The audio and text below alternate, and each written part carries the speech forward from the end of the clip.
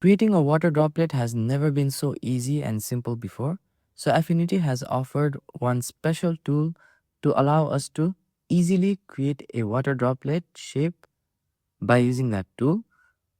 So in order to access that tool, first of all, let's navigate to the left at toolbar and click and hold to our shape. After clicking and holding down the shape tool, you'll see different options that we have right here.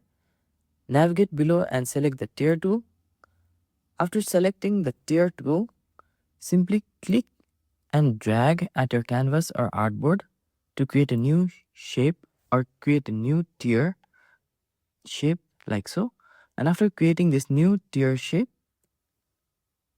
let's select the shape and let's expand its size a bit by clicking and dragging and adjusting its dimension, making it more bigger. And after making it more bigger, let's center it at the center of our canvas by clicking the alignment tool to align it to the center both horizontally and vertically like so. After aligning the shape, now let's remove the stroke from the shape first, and to do that, make sure that your foreground color or the stroke is active or is at the front.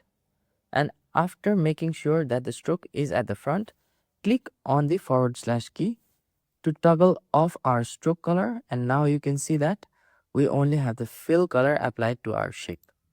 And now let's adjust all the other options for the shape of our tier or water droplet. So to access the option, first of all, let's access or select our tool, which is the tier tool right here. You can simply click to access the tool or simply press the U key to access the tool.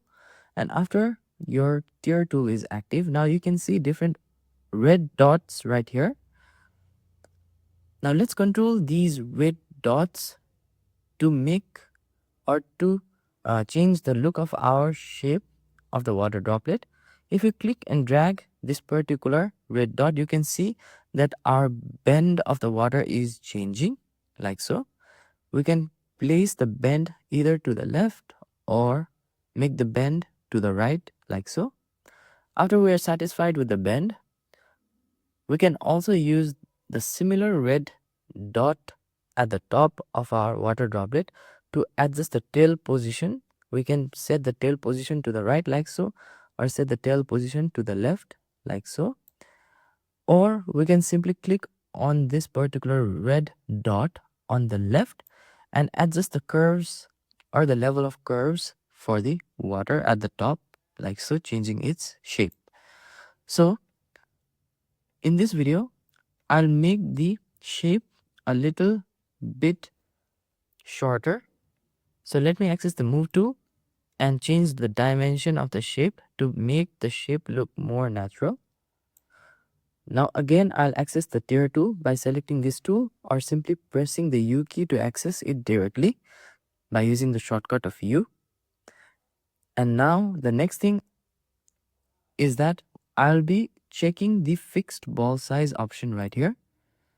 And now you can see that our water droplet is looking like a Kisses chocolate. However, we can control the curves below our water droplets. Now to control the curves, you can adjust the red dot that has been visible now by simply clicking and adjusting it like so. Or you can adjust this at the top contextual bar where you can find the attribute called ball size. Simply click and drag to adjust the overall value for the curves of water droplet like so.